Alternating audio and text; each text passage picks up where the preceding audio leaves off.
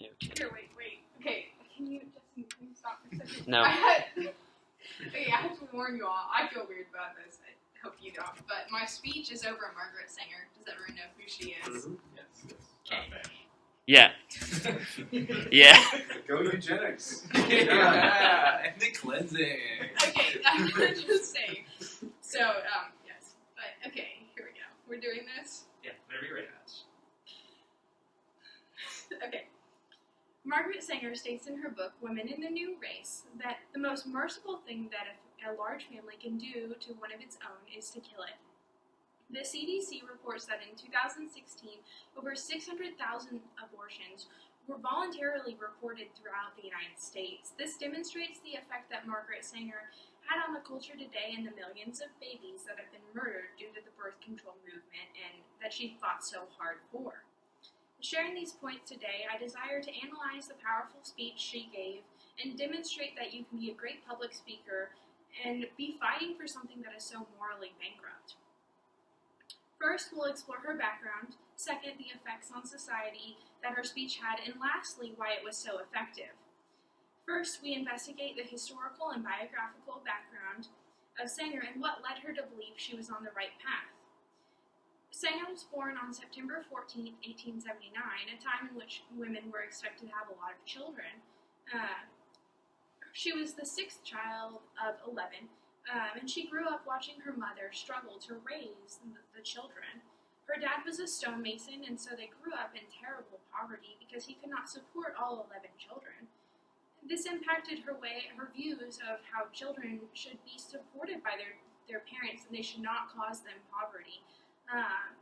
Sanger also watched her mom grow old and die at age 50, and according to the National Women's History Museum, she accredited her early death to the physical tolls of raising and giving birth to 11 children.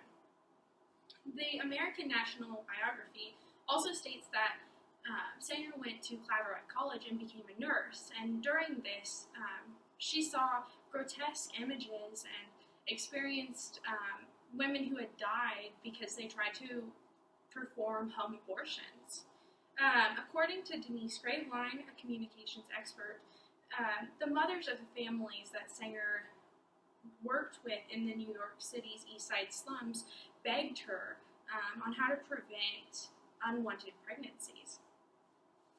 Throughout this section, you can see that the circumstances she was raised in influenced the need she saw for birth control and how her actions resulted from that. On March 30th, 1925, she gave the speech, The Children's Era, at the 6th International and Neo-Malthusian and Birth Control Conference in New York City. The impact of her speech was massive, the impact of her speech was massive on the birth control movement. Her speech was short and to the point, and she did not waste time on things that were unimportant. As communication expert Denise Graveline observes, she addressed the results of overpopulation and a lack of birth control options, and children who were unwanted, unwelcome, unprepared for, and unknown. With poor health, hunger, abandonment, and abysmal living conditions. After addressing the problem, Sanger states, when we point the one immediate practical way towards order and beauty in society, the only way to lay foundations of a society composed of happy women, happy children, and happy men, they call this idea indecent and immoral. She makes the people who think that killing a baby or not having another child due to the factors of the world are wrong and immoral. And simply said, she makes an emotional appeal that by saying that the people who believe the unborn are living persons are the villains and the murderers. Her speech impacted many and was considered a success, and after a successful speech, she organized and spoke at the First World Population Conference in Geneva. So what made Sanger's speech so successful? Sanger's speech was successful because of her passion, her experience, and the knowledge that she had on how to structure a speech well. She used pathos in her speech and used multiple emotional appeals to increase the effect her speech would have. Throughout this speech, you can see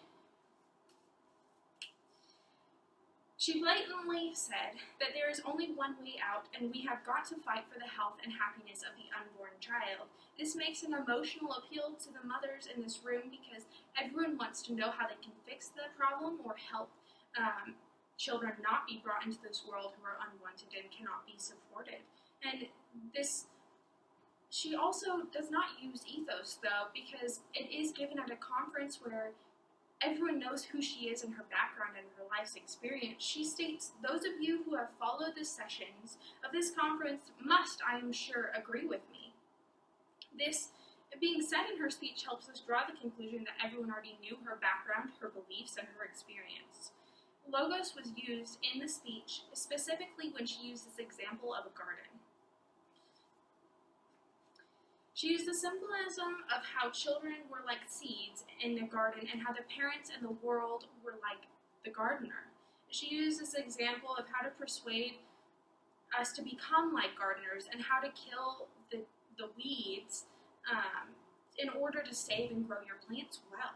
This is a horrible and grotesque picture, but what you need to remember is that many people understood this is true in gardening and therefore led them to believe that what she's saying had truth.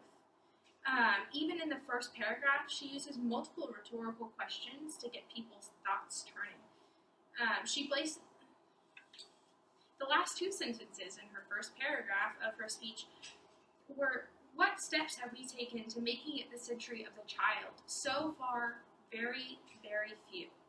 Set it to set her up for the rest of the speech. The use of the rhetorical questions helped the audience focus on the ideas, and in the end, she will return to it and return to what needs to be done to improve. In her speech, alliteration is used to help words stick in people's heads. At one point, she states many unwanted, unwelcome, unprepared for, and unknown, while talking about how children who could have been prevented by birth control. Sanger also uses a powerful allegory and describes an interview of an unborn child with parents and deciding whether or not it wants to be born. She uses this to try and help parents understand that their child would not want to be born because of the circumstances that they live in, and helps them draw this conclusion for themselves. Sanger uses lots of great emotional and logical appeals, and with her knowledge and how to use them with a speech, it made her successful.